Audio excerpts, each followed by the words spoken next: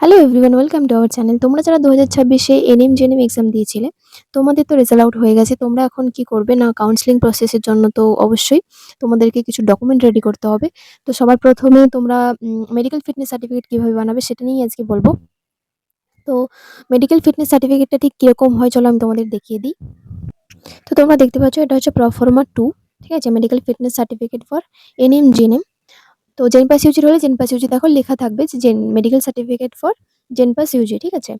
তো কিভাবে করবে, সবার প্রথমে এখানে তোমার একটা ফটো হবে, candidates photographer attested by medical practitioner, ঠিক আছে, এটা হবে।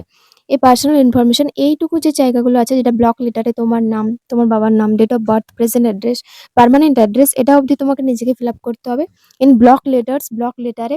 নেক্সট আছে history of illness, past and present illness, family history, physical examinations, height, physical build, deformity. তো এই সমস্ত কিছু একটা মেডিকেল অফিসার অর্থাৎ মেডিকেলের যে ডিপার্টমেন্টে থাকবেন, তোমাদেরকে সবার প্রথমে একটা হসপিটালে যেতে হবে। হসপিটালে যাওয়ার পরে কিন্তু তোমাদের যে জেনারেল ফিজিশিয়ান ডক্টর আছে তার কাছ থেকে একটা নর্মালি একটা প্রেসক্রিপশন বলতে হবে। তো যে তোমাদেরকে তোমরা একটা মেডিকেল ফিটনেস সার্টিফিকেট বানাবে, ঠিক আছে।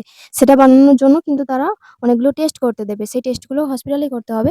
যেমন এখানে লিখবে প্রেসার অ্যান্ড গেট, ঠিক আছে, পশ্চার অ্যান্ড গেট। তারপরে লেখা আছে ব্লাড টেস্টের, এখানে কিন্তু মাস্ট করতে হবে টিসি, ডিসি, ইএসআর এবং এইচবি হিমোগ্লোবিনটাও। Urine test for albumin and sugar, ঠিক আছে, ইউরিন টেস্ট করতে হবে।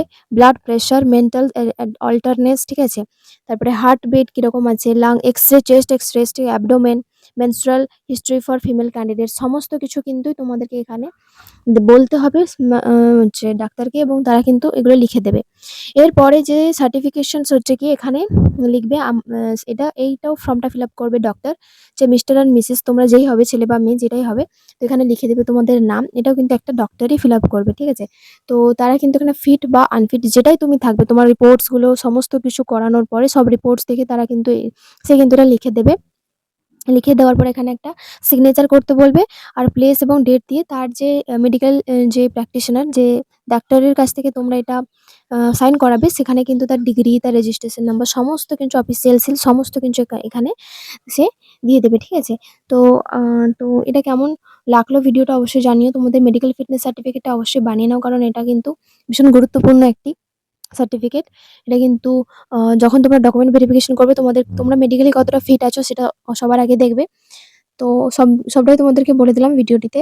কেমন লাগলো ভিডিওটি অবশ্যই জানিও। ভিডিওটি ভালো লাগলে অবশ্যই লাইক করো, আর চ্যানেলে নতুন হয়ে থাকলে চ্যানেলটিকে অবশ্যই সাবস্ক্রাইব করো। এবং তোমাদের জন্য একটা হোয়াটসঅ্যাপ গ্রুপ বানানো হয়েছে, যেটা ডেসক্রিপশন বক্সে লিঙ্ক দেওয়া আছে, তোমরা চাইলে সেখানে জয়েন হতে পারো। তোমরা অনেক অনেক ইনফরমেশন পাবে। থ্যাংক ইউ সকলকে, দেখা হচ্ছে নেক্সট ভিডিওতে।